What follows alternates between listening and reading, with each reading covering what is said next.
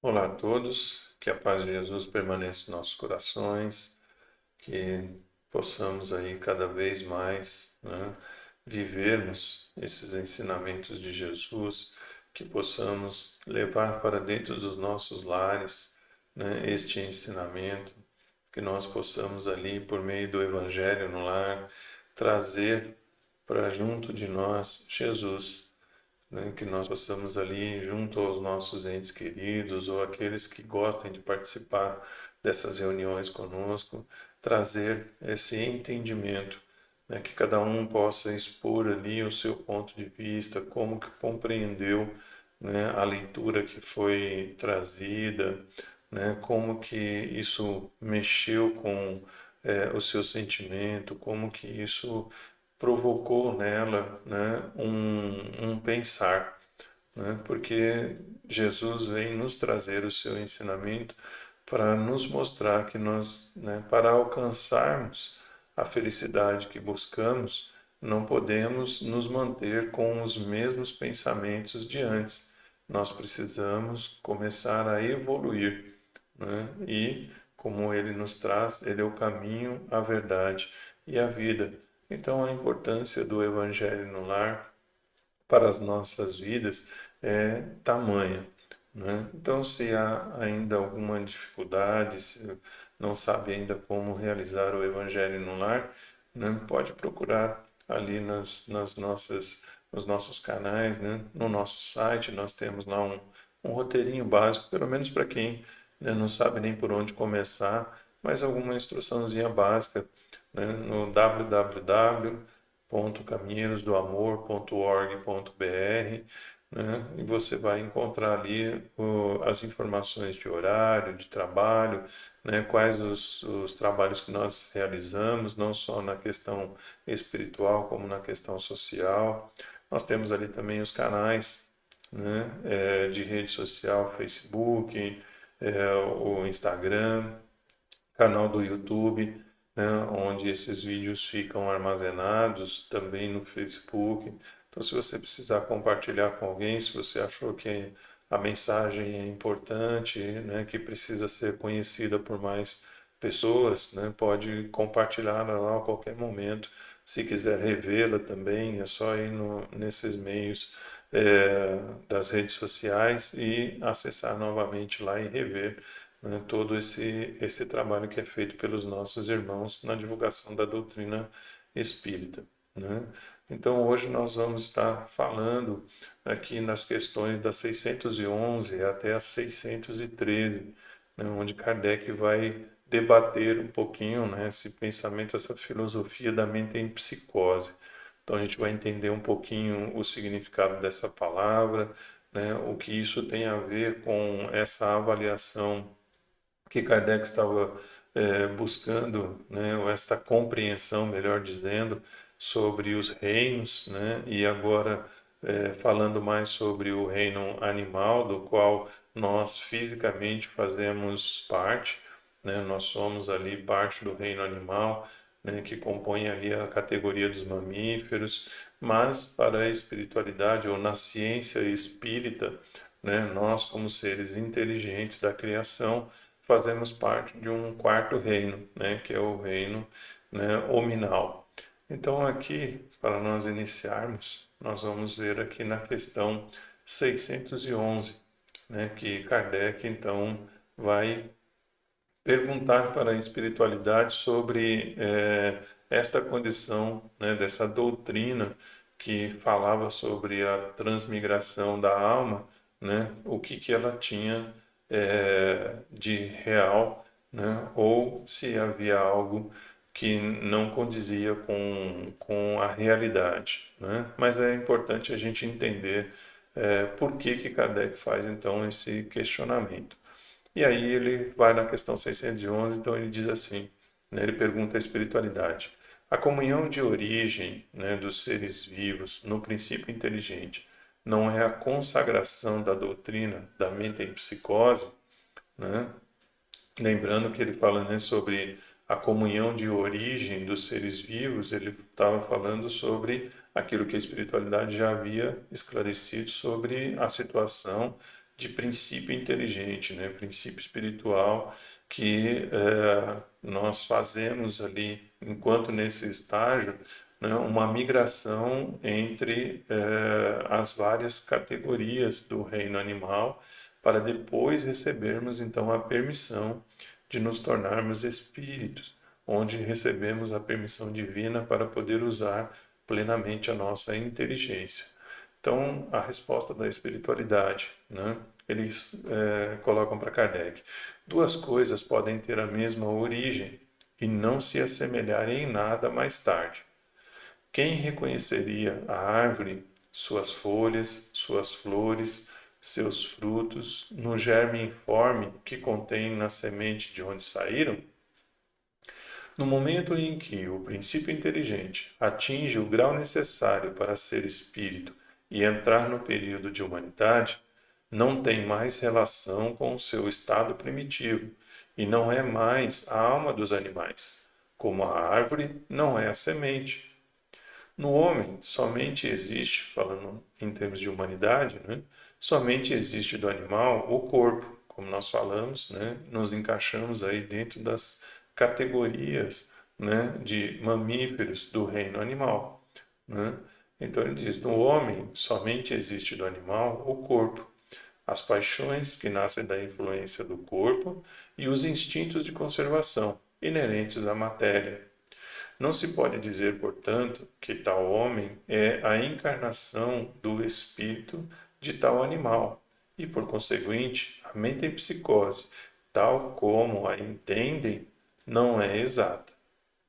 Então, vamos lá, né? A gente vai no dicionário e a gente encontra lá o significado da palavra mente em psicose, né? Então, a palavra mente em psicose, ela significa transmigração da alma de um corpo para o outro, né? Ou reencarnação. Então, o que acontece, né? Lá no princípio, né, quando surgiu esta expressão, nós vamos encontrar ela nos registros de Pitágoras, também nos registros de Platão. Nós vamos entender esta palavra como sendo utilizada para exatamente demonstrar a possibilidade da alma de transmigrar de um corpo para o outro, né? E isso passou a ser muito difundido, né, no hinduísmo. Então, no povo indiano, eles acreditavam nesta condição de que a alma, né, transmigraria de um corpo para o outro, né? Só que na Índia eles tinham essa percepção de que isso aconteceria sempre na condição humana, né? Só que quando os egípcios tomaram, né, conhecimento desse pensamento, né, eles incrementaram, ou seja, colocaram, né, nesta doutrina a possibilidade ou como um entendimento de que nós poderíamos estar migrando também entre não só corpo humano, mas também em animais, né? E passaram a difundir isto, né? Daí houve então uma certa confusão com a origem, por isso é que a espiritualidade está dizendo lá, na resposta para Kardec: duas coisas podem ter a mesma origem e não se assemelharem em nada mais tarde, né? Então, ou seja, quando essa expressão surge, ela surge justamente para falar sobre essa possibilidade, né, de migração de uma alma entre um corpo e outro, mas não com esse pensamento de que poderia ser feito entre um corpo humano e um corpo animal. Depois é que os egípcios começam a, né, divulgar este pensamento, mas já incrementando, né, essa percepção ou esse entendimento de que também poderia haver esta possibilidade de migração entre a alma humana para a alma de um animal, né? E os gregos, que aprendem com os egípcios, né, nesse convívio, também levam para a sua cultura este pensamento, né? Mais para frente a gente vai falar um pouquinho sobre isso, né? Que aí nós vamos encontrar né, as figuras mitológicas. Aí a gente vai conseguindo entender, né, como que dentro da mitologia, né, surgem esses elementos que eram parte humano e parte animal, né? Mas, enfim, continuando aqui, Kardec, na questão 612, é, ele coloca aqui para o espírito, para os espíritos, né? O espírito que animou o corpo de um homem poderia encarnar-se no animal? E aí eles respondem: isso seria retrogradar. E o espírito não retrograda. O rio não remonta à nascente, né? E aí eles colocam lá, Kardec coloca, né, para ver o item 118, que é quando Kardec estava falando sobre a progressão dos espíritos, né, na lei de progresso. E aí ele pergunta lá na questão 118, né, os espíritos podem degenerar? E aí eles respondem, não. À medida que avançam, compreendem o que os afasta da perfeição. Quando o espírito concluiu uma prova, adquiriu conhecimento e não mais o perde. Pode permanecer estacionário, mas não retrogradar. Então, o que Kardec recebe como resposta lá quando falava sobre a lei de progresso é assim: uma vez que eu venci algo, né, uma má tendência minha, né, e já transpassei isso, não sou mais afetado por ela, né, não tem como eu voltar lá atrás e passar a sofrer com ela novamente, porque eu já dominei, já sei quais são as suas consequências, a forma com que essa imperfeição age em mim, né, e quais os recursos que eu tenho para contê-la, né? E aí eu nunca vou esquecer mais isso, né? É como a gente, né, falar sobre essa questão do conhecimento intelectual que nós temos aqui, né? Então, quem seguiu ali a oportunidade do aprendizado nos períodos de recursos escolares, a partir do momento que você vai aprendendo ali, né, o significado de algumas coisas, isso vai sendo registrado e jamais você perde isso, né? Então, podem te tirar tudo que for material, mas ninguém tira o seu aprendizado. Então, não tem como, né, um espírito retroagir ou retrogradar, né, à condição animal. E até mesmo seria impossível se nós olharmos da questão racional, né? Por quê? Porque a partir do momento em que o espírito recebe, né, saindo ali do seu princípio inteligente, recebe a permissão para uso pleno da sua inteligência, ele começa então a adquirir conhecimento, né? E aí ele sai daquela fase de simples e ignorante e começa então o seu processo de crescimento, né, de entendimento. Então vamos supor que o espírito já tenha, por meio dessa sua evolução, né, aprendido várias coisas que lhe trazem certos benefícios. Então, aprendeu, vamos supor, a cultivar, né, aprendeu a construir, né, aprendeu ali conduzir, né, o grupo ou liderar um grupo, né, já sabe como administrar determinadas coisas, e aí numa encarnação você resolve colocar essa alma que já tem todo esse conhecimento para reencarnar num corpo de um animal. Vamos colocar lá que vai colocá-lo para reencarnar numa cobra, né? Então, como seria, né, para um espírito inteligente, né, viver recluso dentro de um corpo animal que ele não pode expressar ali toda a sua inteligência? Então, isso a gente já percebe que, né, há uma certa incoerência nisso. Ou seja, ao invés de Deus dar a oportunidade para aquele espírito usar o seu conhecimento, ele está tirando isso dele, né? Ele está dizendo: não, peraí, você já aprendeu demais, então agora você vai ser lá um cachorrinho porque você já sabe muita coisa, né? Então seria duvidar, né, da inteligência suprema, né? Então, ou seja, a perfeição de Deus desenhando todo um processo, né, para o espírito sair da ignorância e atingir a consciência plena, ou seja, de um espírito crístico. Aí ele estabelece dentro das suas leis que ele vai permitir que o espírito, se ele quiser, aí ele vai ser um animal. Depois de Deus ter liberado para ele o uso da inteligência, aí o próprio espírito decide, você, cansei de ser humano, né? Vou ser um coelhinho.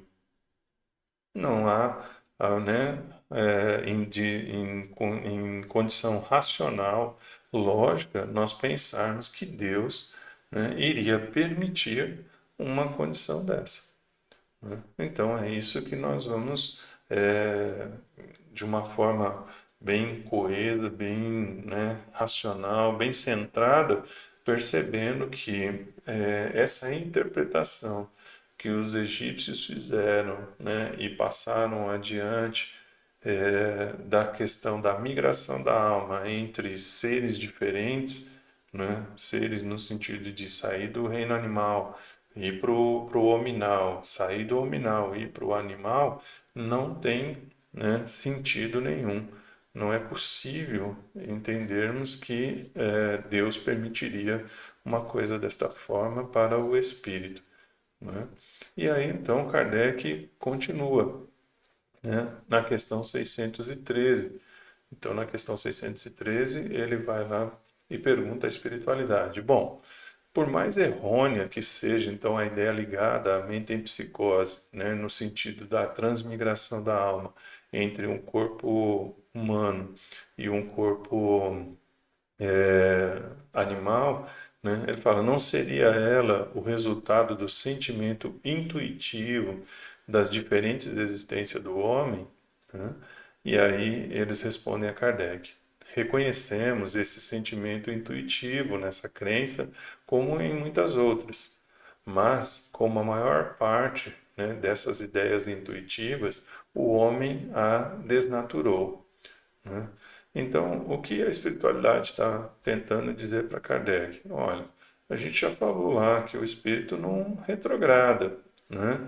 E como um exemplo lá da árvore com a semente, né? Ele diz que a semente não tem mais nada a ver com ou que a árvore não tem nada mais a ver com a semente e que o princípio inteligente, uma vez, né, libertado para ser espírito, não tem nada a ver mais com aquela alma que animava um corpo de um ser animal, né?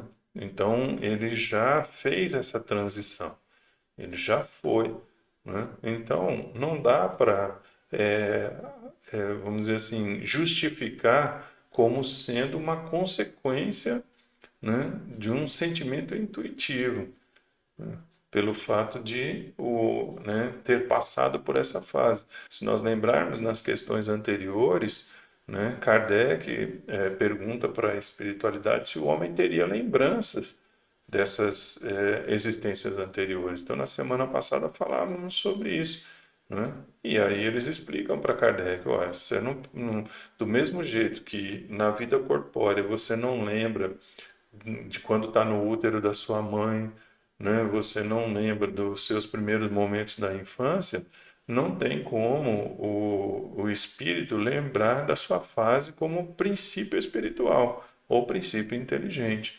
Ele não vai guardar essas lembranças. Então, essa questão do intuitivo, né, como Kardec está colocando aqui, né, de ter a intuição de ter passado pelos reinos no seu processo de evolução, daria a ele a condição de falar assim, não, então se eu já estive lá, aí agora eu tô com umas lembranças aqui do tempo em que eu fui, né, um elefantinho, do tempo que eu fui um cachorrinho, do tempo que eu fui um pássaro, né?